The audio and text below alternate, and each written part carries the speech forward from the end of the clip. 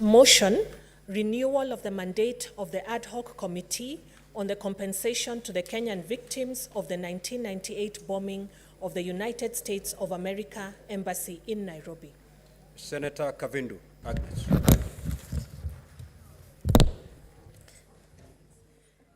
Thank you, Mr. Speaker. Sir, I beg to move that aware that at the sitting of the Senate held on 29th June 2023, the Senate resolved to establish an ad hoc committee to investigate the compensation of the Kenyan victims of 1998 bombing of the United States of America Embassy in Nairobi and report back to the House within 3 months of its establishment. Further aware that the 3rd October 2023, on the 15th November 2023, and the Senate resolved to renew the mandate of the ad hoc committee for the further period not exceeding 45 days, and further period of not exceeding 100 days from 10th of November 2023, respectively, to enable the committee to finalize and table its report in the Senate on or before 18th February 2024. Appreciation that the committee has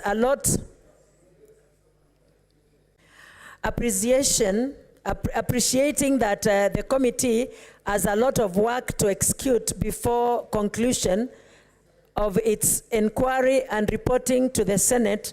Now, therefore, the Senate resolves to renew the mandate of the ad hoc committee for a further period not exceeding 100 days from 11th of March 2024 to enable and to table its final report to the Senate on or before 19th of June 2024.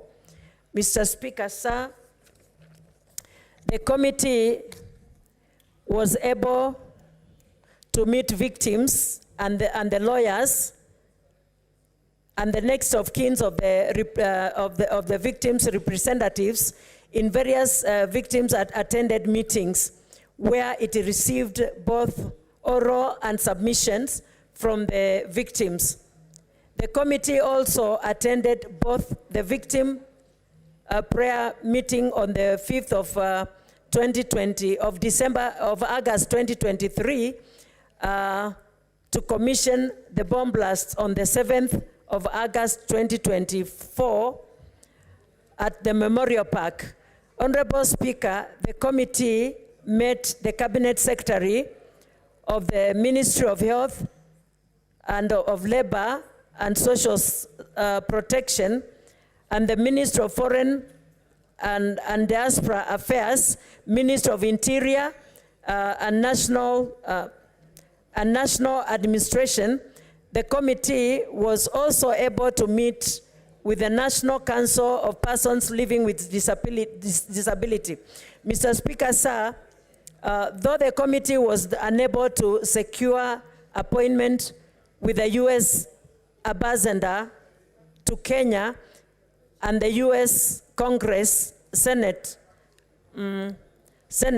Senator Daniel Manzo and I were able to attend the National Prayer Breakfasts at Washington, D.C., where we were able to meet various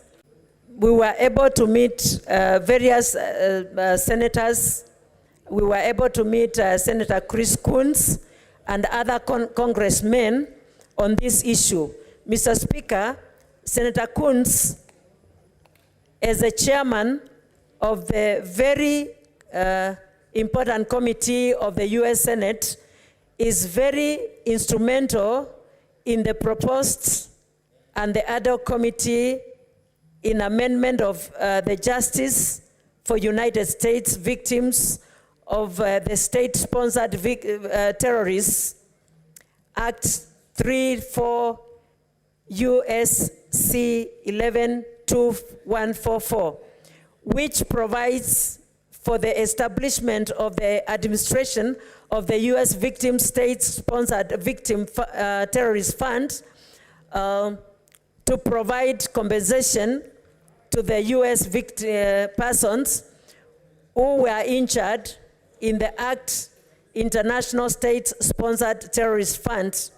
Mr. Speaker, sir, I had the privilege to be part of the Senate delegation to Tanzania, where we met the Deputy Speaker of the Tanzanian Parliament and the Chairperson of the Foreign Defense and Homeland Security Committee of Tanzania, and I briefed them on what our committee was doing, taking into consideration that Tanzania was one of the countries that also suffered an attack. Taking into consideration that Tanzania was one of the countries that also suffered in the attack at the period, they resolved that they would table a similar motion in their parliament, and they would work closely and work to ensure compensation was done. Mr. Speaker, we've been able to do much, and I'll ask Senator Commissioner Joyce to second this motion. Senator Joyce, proceed.